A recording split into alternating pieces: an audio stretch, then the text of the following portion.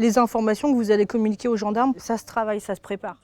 Elle en parle calmement, écoute ces femmes et explique les détails d'une procédure judiciaire lourde. Son côté gendarme sans doute.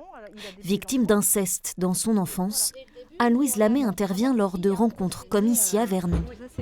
Les questions sont nombreuses. Est-ce que dans ce cas, il vaut mieux faire sa plainte dans la juridiction et la cour d'appel de la personne Les angoisses aussi. Là, ici, je peux tout dire. C'est-à-dire que ce que le conjoint est ou pas en capacité d'entendre, parce qu'on a toujours des attentes de l'autre qui peuvent être un peu compliquées. Et là, en fait, elles ont toutes vécu ça. Quand on est une victime de violence sexuelle, on a le manque de confiance en soi, on a la culpabilité, on a la honte, etc.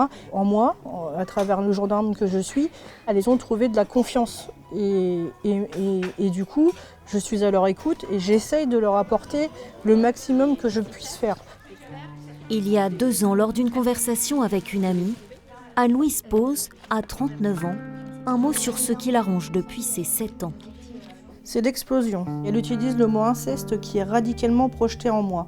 Ce mot traverse et résonne dans tout mon corps. Une tempête déferle dans mon être et mon âme. Il n'y a jamais eu de mots en fait, il y a eu surtout le silence, l'omerta familiale. Et moi, derrière, j'ai dû me construire, donc construire ma vie d'enfant, d'adolescente, d'adulte, seule, sans aide. S'ensuivent des années de souffrance et pour cette mère de famille, des épisodes de fatigue chronique et de dépression. On s'interdit de ressentir quoi que ce soit parce qu'en fait, on fait comme une carapace autour de soi. On essaie d'écarter ça pour avancer.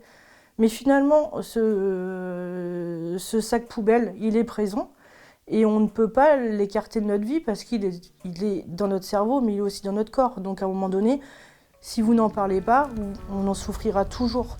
La gendarme a donc porté plainte et écrit son livre Une étape pour sa reconstruction.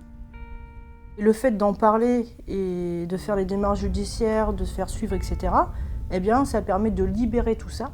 Même si c'est encore présent, et maintenant ma volonté c'est de faire avancer les choses, de me battre. Ça fait aussi partie de ma nouvelle vie.